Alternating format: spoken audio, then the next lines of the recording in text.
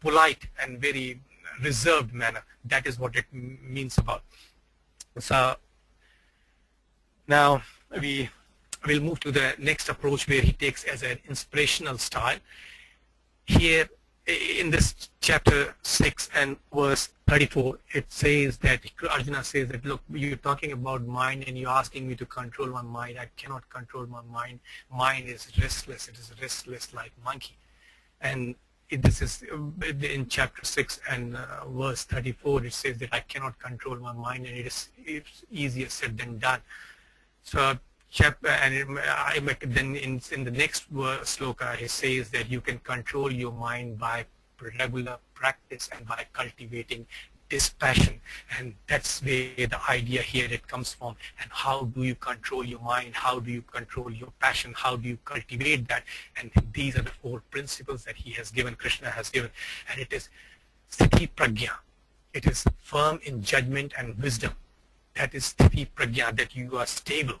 Your mind is stable. It is stable mind, steady mind, stable wisdom, stability of emotions, that no matter what, you are calm in that situation. That is sthiti prajna. You can control your mind by practicing and by having cultivating dispassion. So the formula is that you practice principles and then you practice self-restraint. When you combine both, you get you control your mind. When you are able to control your mind, you're able to unlock your own potentials that are locked within you.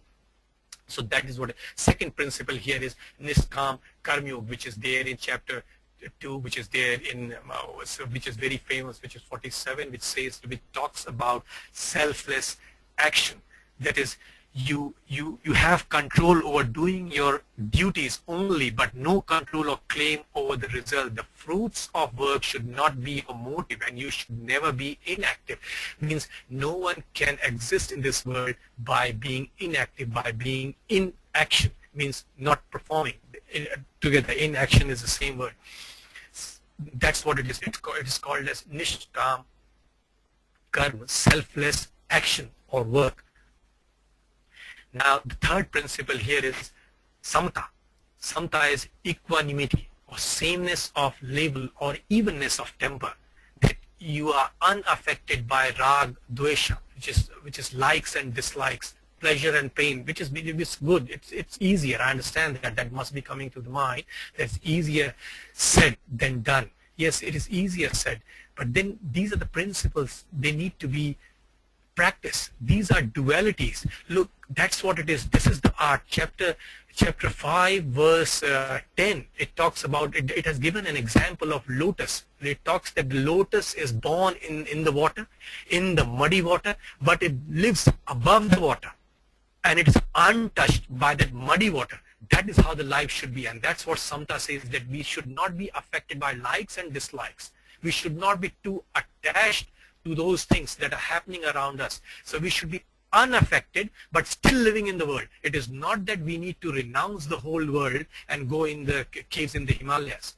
Now, nor we need to end our life, but we need to be more aware of the situations that are happening around us. We need to be more self-conscious of the things that are happening around us. And Samata is basically having that equanimity.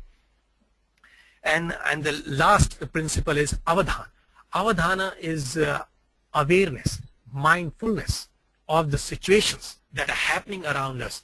Means living in present, being mindful of the things happening around us. That is the awareness. So many times, not so many times, very often we do things without actually being aware that we are doing it. And that only happens, and this happens every time. And we are quick, and the weakest thing is that when we are trying to communicate with someone, when we are trying to liaise with someone, we often jump to conclusions. And we are quick to answer that without actually being aware of our own responses. So that is what it is. We should be mindful, and this is the mark of a leader, that we should be aware of the situations that are happening around us, being mindful of the situations. Now, I'll quickly recap it. Sthiti prajna is actually firmness of wisdom. It is stable mind, steady emotions, stable wisdom. that is Sthiti Pragya, and that's there. These slides would be there online, so we can actually go back and refer those slokas which actually relate that point and they convey the message. Second is Niskam Karma, selfless action. We work, but we should not expect what the results we are going to get, but we should work with selfless action. We should work, we should give our 100% in that.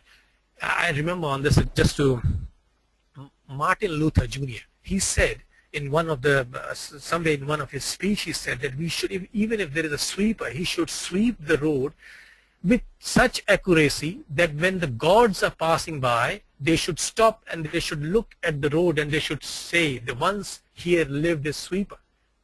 That should be the perfection. That should be the utmost aim, that you do your duty with selfless, that the people, they are able to make judgment and remark on the work that you have done and the perfection and the accuracy that you have delivered. So that is Niskam Karma without actually thinking about the awards. And then it is Samta Equality.